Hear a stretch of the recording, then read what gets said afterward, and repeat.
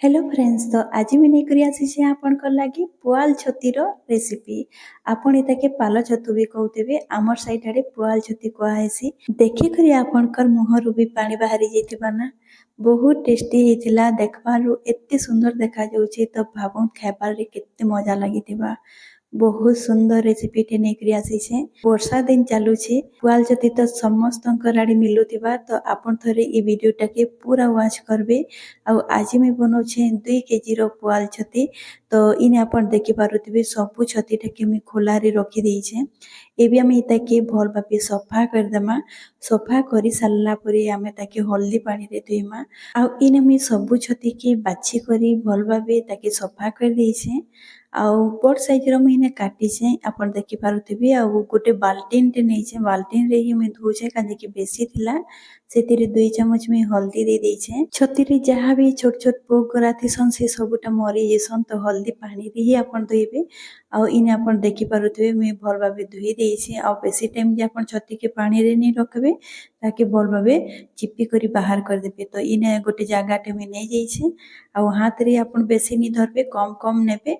आ हल्का हाथ के प्रेस करी करी आपन भल भाबे टिके चिपी देबे। किंतु बेसी प्रेस नि करबे, सेटा भांगी जिबा छती। तो जेते बेले हमें रोसई करमा तार सेटा पूरा खण खण माने मिसी जिबा मसला संगे। तो हल्का हाथ रे चिपी करी आपन बाहर कर देबे। सांग माने जदि आजिरो वीडियो आपन मन के भल लागबा तो प्लीज वीडियोटा के लाइक जरूर कर देबे। आ इने मुई आपन के देखौछि हमर साइड रो व्यू। आ वर्षा होतिला बहुत।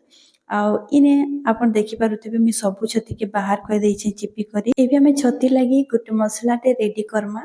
तार लागी मुई इने गोटे ग्राइंडर जार टे नै जाइछे। इने 2 केजी छती लागी मुई इने गोटे कप में लहसुन नौछे, टिके अधिका लागबा इथिरे मसला। आ इने 3 इंच रो अदा আছে, तार चोपा के छड़े करी छोट छोट काटी करी इथिरे दीछे। आ कच्चा लंका আছে 5 रु 6 टा, इने 6 रु 7 टा सुखा लंका আছে। आ इने আছে जीरा 2 चामच আছে। लंकार क्वांटिटी आपन कम अधिका करि पारबे। इने गोलमरीच नौछे 15 रु 16 टा। आ तार संग में पानी दे देबे। आ ताके टिके चिकन करी करी हमें पीसी करी आनी आसमा। तो इने आपन देखि पारुथिबे मैं पीसी करी भी आनी आइछे। आ इने देखि पारुथिबे बहुत बढ़िया भाबे भी पीसी आइछे। बेसी पानी दे करी आपन नि पिसाबे मसलाटा के।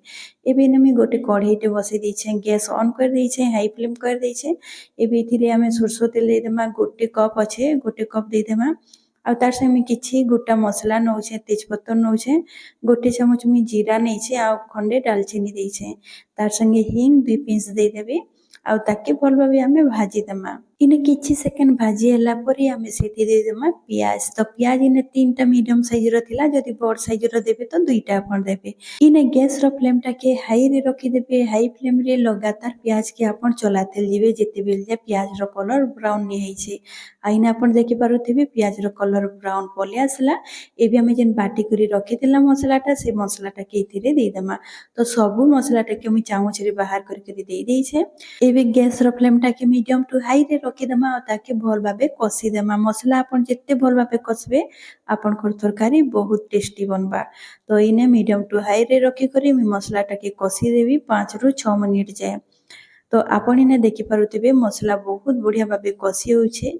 सांग माने आजिर मोर वीडियो जदि आपन मन के भल लागुतिबा तो प्लीज वीडियोटा के लाइक कर देबे। चैनल रे नुआ आसीथिबे तो प्लीज सब्सक्राइब कर देबे। आ इने आपन देखि पारुथिबे जेन जार रे मैं पीसी थिली सेथिरे गोटे चमच पानी दे करी गले करी मैं इथिरे दे देइछे। किंतु बेसी पानी आपन इथिरे यूज नि करबे मसला कसला बेले। इने मसला के कसबार 5 मिनिट होई गला न, सेथिरे एबे हमें पाउडर मसला देमा। तो गोटे चमच में हल्दी पाउडर देइछे, 1.5 चमच में काश्मीरी रेड चिली पाउडर देइछे। आ 1.5 चमच में मसला देइछे, माने कि गरम मसला। एबे हमें ताके भल भाबे कसी देमा। इथिरे मी आउ किछि भी एक्स्ट्रा मसला में बिल्कुल भी किछि नि दिया, फिर भी हमर आजिर तरकारी बहुत टेस्टी लागबा। आ इने आपन देखि पारुथिबे मैं बिल्कुल भी पानी रो यूज नि करबा, पानी नि देबे काजे कि हमें जेते बेले छती देमा सेथिरु पानी बाहरबा।